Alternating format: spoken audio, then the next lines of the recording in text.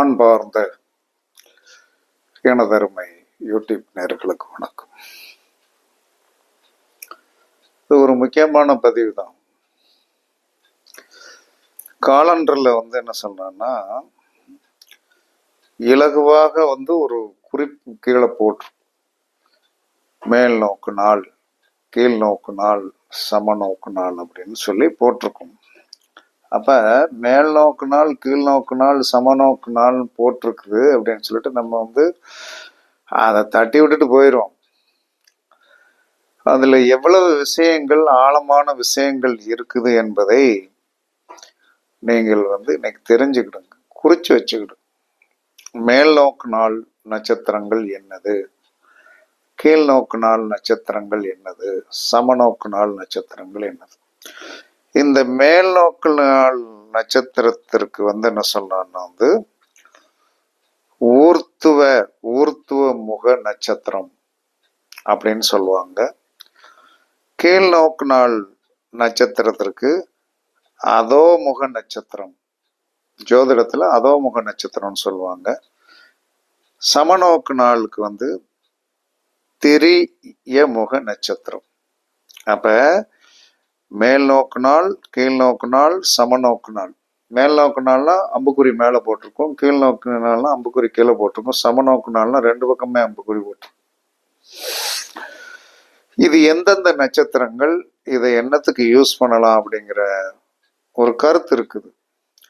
அந்த கருத்தை முதல்ல நீங்க என்ன மேல் நோக்கு நாளில் பிறந்தீங்களா, கீழ் நோக்கு நாளில் போய் பிறந்தீங்களா, சமநோக்கு நாளில் போய் பிறந்தீங்களா அப்படிங்கிறத முதல்ல தெரிஞ்சுக்கிடுங்க. அது ரொம்ப ரொம்ப ரொம்ப ரொம்ப முக்கியமானது. அப்ப முக்கியமானது அப்படின்னு சொல்லி வரும்போது, மேல் நோக்கு நாள் நட்சத்திரங்கள் அப்படின்னு சொல்லக்கூடியது ரோகிணி, திருவாதிரை, பூசம், உத்திரம், உத்திராடம், திருவோணம், அவிட்டம், சதயம், உத்திரட்டாதி. இந்த 9 நட்சத்திரங்கள் மேல் நோக்கு நாள் நட்சத்திரங்கள். இந்த நபர்கள் இந்த நட்சத்திரத்தில், இப்போ ரோகிணி நட்சத்திரத்திலேயோ, திருவாதிரை நட்சத்திரத்திலேயோ, பூச நட்சத்திரத்திலேயோ, உத்தர நட்சத்திரத்திலேயோ, உத்திராட நட்சத்திரத்திலேயோ, திருவோண நட்சத்திரத்திலேயோ, அவிட்ட நட்சத்திரத்திலேயோ, சதய நட்சத்திரத்திலேயோ, உத்திரட்டாதி நட்சத்திரத்திலேயோ ஒரு குழந்தை பிறந்து விட்டால் அந்த வீடு மேல் நோக்கு நாள்.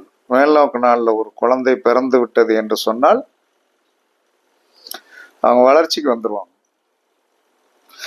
இந்த நட்சத்திரம் ஓடுகின்ற போது நாம் என்ன செய்யணும் அப்படின்னா, விதை விதைக்கலாம், மரங்கள் நடலாம், மேல் நோக்கி எழும் கட்டிடங்கள், உயரமான மதில் சுவர்கள் கட்டலாம். அப்ப மரங்கள் நட்டினா அது மேல் நோக்கி வளரும், கட்டடங்கள் மேல் நோக்கி வளரும். அதற்கடுத்து என்ன சொல்றான்னா விதை விதைத்தால் அதற்குண்டான பயிர்கள் மேல் நோக்கி வளரும். இதெல்லாம் இந்த நாள்ல செய்யலாம். மேல வருவதற்குண்டான என்னென்ன முயற்சிகளை நீங்கள் பண்ண வேண்டுமோ இந்த மேல் நோக்கு நாளில் பண்ணுங்கள். கண்டிப்பாக மேன்மைக்கு வந்து விடுவீர்கள். இதுலயும் உங்களுக்கு என்ன சொன்னா இன்னொரு சந்தேகம் வரும். உங்களுக்கு தாராபலன்ல நட்சத்திரம் 2, 4, 6, 8, 9 இந்த நட்சத்திரங்கள் வரும்போது இந்த முயற்சிகளை பண்ணுங்க, கண்டிப்பாக நல்லா இருப்பீங்க. அதே சமயத்துல என்ன சொல்லலாம்னா கீழ் நோக்கு நாள். இந்த கீழ் நோக்கு நாள்ல ஒரு குழந்தை பிறந்து விட்டால், நீங்க கீழ் நோக்கு நாள்னா பயப்பட வேண்டாம். பரணி, கார்த்திகை, ஆயில்யம், மகம், பூரம், விசாகம், மூலம், பூராடம், பூரட்டாதி, இதெல்லாம் கீழ் நோக்கு நாள் நட்சத்திரங்கள். எல்லாம் குறிச்சு வச்சுட்டு கீழ் நோக்கு நாள் நட்சத்திரங்கள் பரணி, கார்த்திகை, ஆயில்யம், மகம், பூரம், விசாகம், மூலம், புராடம், புரட்டாதி. இந்த நட்சத்திரங்களுக்கு என்ன சொல்றான்னா அதோ முக நட்சத்திரங்கள். இந்த நட்சத்திரங்களுக்கு பேர் வந்து என்ன சொல்லலாம்னா வந்து அதோமுக நட்சத்திரங்கள். அதோமுக நட்சத்திரங்கள் அப்படின்னு சொல்லிட்டு பேர். இந்த நட்சத்திரங்கள் ஓடும் போது என்ன சொல்றான்னா கிணறு வெட்டுதல். அந்த காலத்துல கிணறு வெட்டினாங்க. இந்த நட்சத்திரங்கள் ஓடும்போது போர் போடுங்க, கண்டிப்பா தண்ணி வந்துடும். இதை வந்து என்ன சொல்றான்னா எங்க தோட்டத்துல வந்து பரணி நட்சத்திரம் ஓடிக்கொண்டிருக்கும் போது, கீழ் நோக்கு நாள்ல வந்து பரணி நட்சத்திரம் ஓடும்போது ஒரு போர் போட்டு தண்ணி வந்துருச்சு. இன்னைக்கு அதுல வத்தாத தண்ணி இருக்கு.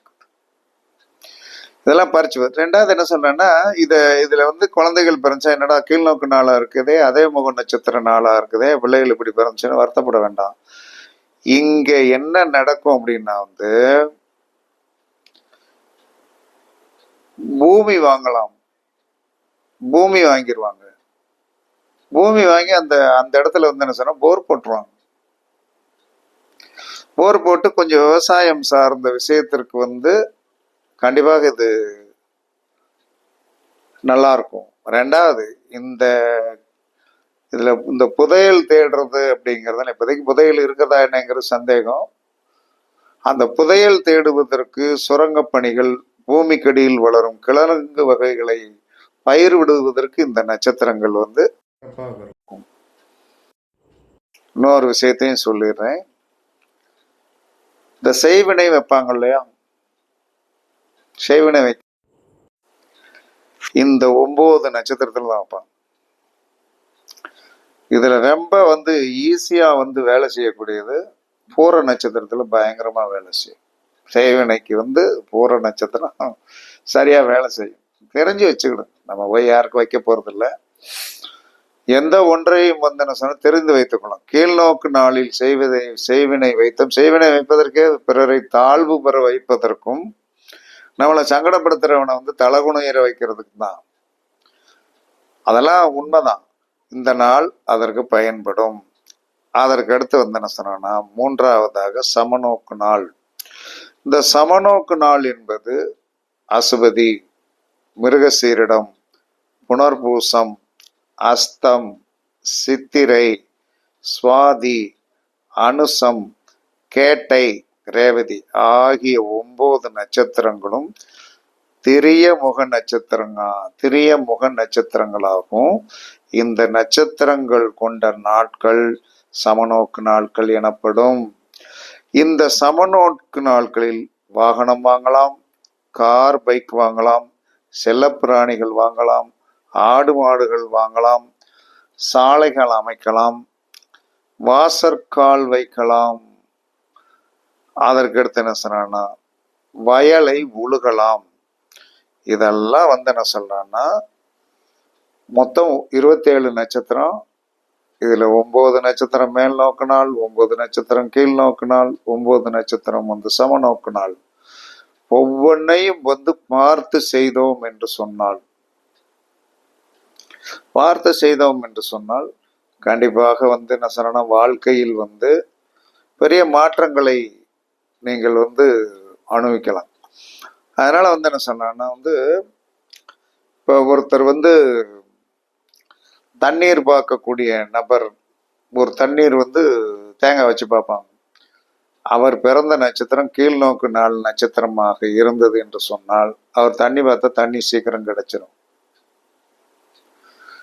இப்போ ஒருத்தர் வந்து வாஸ்து பண்ண கூப்பிடுறாரு, வாஸ்து பண்ண வாங்க கூட வாங்க அப்படிங்கிறார்.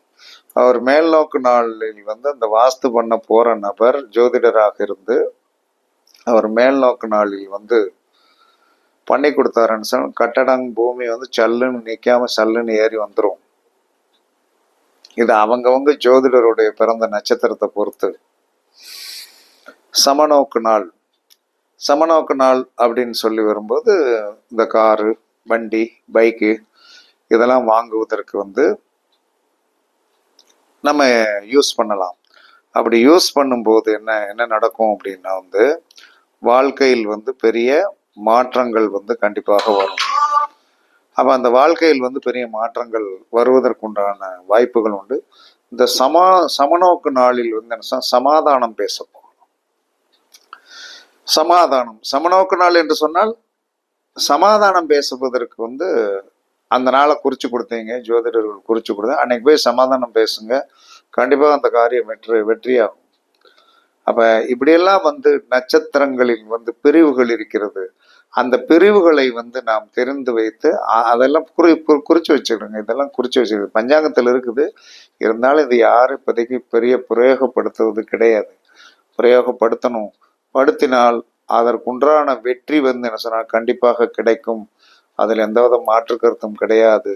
அதனால மேல் நோக்கினால், கீழ் நோக்கினால், சமநோக்கினால் நட்சத்திரங்களை எதற்கு எப்படி பயன்படுத்த வேண்டும் என்று கரெக்டாகவே சொல்லியிருக்கேன். பயன்படுத்தி பாருங்கள். நீங்களும் வந்து என்ன சொன்னா அதை பயன்படுத்தி வெற்றி பெறுங்கள் என்று கூறி உங்களிடமிருந்து விடைபெறுவது சிப்பிப்பாறை ஜோதிடர் சாதி ராகவன் ஜெயபாலாஜி. சுகமே சூழ்க, சுகமே சூழ்க. வாழ்க வளமுடன், வாழ்க வளமுடன். வணக்கம், வணக்கம், வணக்கம்.